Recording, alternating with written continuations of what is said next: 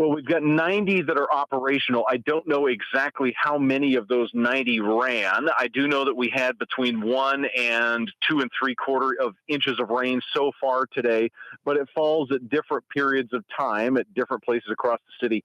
So we haven't had to run much more than maybe 12, 13 megawatts of power at any given time. Our system requires 44 megawatts of 25 hertz power. That's kind of the number that I think folks are most familiar with. And so we didn't even need to get to half of that today.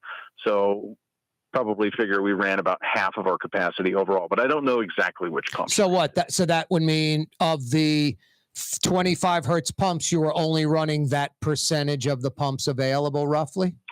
Roughly, give or take.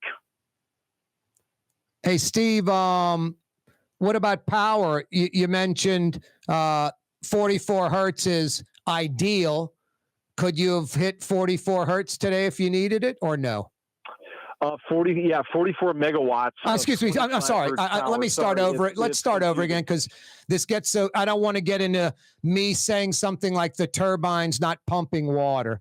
The 25 hertz. Everything runs on 60 hertz in America. We still run some of these pumps on 25 hertz, old yesteryear power. We for an ideal situation, we need 44 megawatts of power produced at 25 hertz, correct? That's right. You got it. All right. Today, if you needed that ideal amount to run all your pumps, 44 megawatts of 25 hertz power, did you have it today? Or are we still stuck at like 38, 39, 40, whatever it was? Yeah, so the good news is we've got 49 megawatts of available power. Wow. Turbine 5, which was built in 1952, through 4 of our 5 electromotive diesels. Those produce 2.5 megawatts each. We got 4 of those available.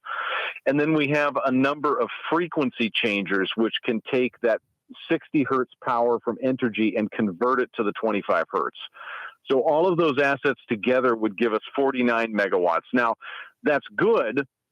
But with Turbine 5 being a little older, some of these frequency changers and the EMDs, you've got a lot of different sources. So the position that makes us more comfortable is to have Turbine 4 available, Turbine 5 available, and then those other resources. And the good news is we took shipment on the last of the parts for Turbine 4 over the weekend, and there are crews currently installing the last of those parts into Turbine 4 today, this week, and they'll be buttoning all of that up next week, and we should be testing Turbine 4 next week. And that will bring us, along with that 5th EMD, which should also be available end of this month, right around 70 megawatts, which is a good place to be in terms of redundancy. I'd rather have more available than right at the line.